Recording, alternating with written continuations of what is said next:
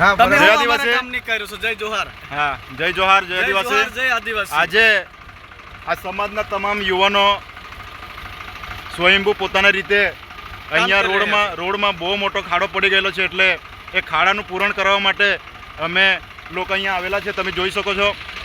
ત્યારે સરકારને અમે કહેવા માંગીએ છીએ, તમે વિકાસની ખૂબ મોટી વાતો કરો છો, ત્યારે તમારો વિકાસ અહીંયા ખૂબ સારી રીતે ખુલ્લો પડી જાય છે. સમાજના નેતાઓને પણ હું કહેવા માંગુ છું, તમે જ્યારે ચૂંટણી આવો છો ત્યારે આજે તમે દોડતા થઈ ગયેલા છો, પણ સમાજ તમારી પર ખૂબ સારી રીતે નજર રાખી રહેલો છે. સમાજ તમને જોઈ રહેલો છે. તમને ખૂબ સારી રીતે સમાજ જવાબ આપવાનો છે. આજ દિન સુધી કોઈ ધારાસભ્યો આ વિસ્તારમાં દેખાઈ નહોતા પડતા, ત્યારે આજે મંત્રીઓ અમારા વિસ્તારમાં દોડતા થઈ ગયા છે. ત્યારે સમાજ જાગી ગયેલો છે, એટલે એમને ખબર પડી છે કે આવનાર તાલુકા જિલ્લા પંચાયતની ચૂંટણી આવી રહેલી છે ને એમાં આપણી સત્તા જવાની છે એવું ખબર પડી છે, એટલે એ લોકો દોડી રહ્યા છે. પણ સમાજ તમારી પર નજર રાખી રહેલો છે. આ ખાડો એક માણસપુર જેટલો ખાડો અહીંયા પડી ગયેલો છે, છતાં પણ તમે કોઈ ધ્યાન આપતા નથી અને તમને દેખાતું નથી. અમારા 20 થી 25 ગામના લોકો આ જ રોડે વડોદરા હોય, રાજપીપળા હોય કે પછી અમદાવાદ જવાનું હોય તો આ જ રોડે અવર જવર કરે છે.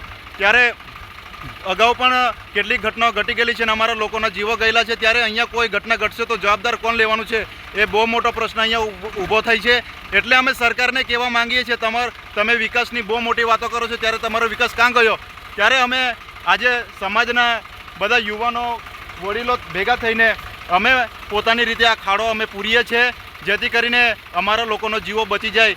એટલે અમે આ બધું મહેનત કરી રહેલા છે. ધન્યવાદ. જોહાર, જય આદિવાસી. અભિસિંહને એવું કહેવા માંગીએ છીએ અમે કે હર હંમેશા એવું કહે છે કે રોડ રસ્તા અમે લોકોટી રખડે એવી રીતે રસ્તા બનાવી દીધા કહેવાય છે. હવે આ રસ્તા તમે જોતા નહીં, હવે તમને ખબર પડે કે અમે કેવી રીતે કામ કરે છે, કેવી રીતે પોઝિશન પડે છે. તમારા નેતાને ખબર નહીં પડતી, હવે તમારે જોવાની જરૂર છે.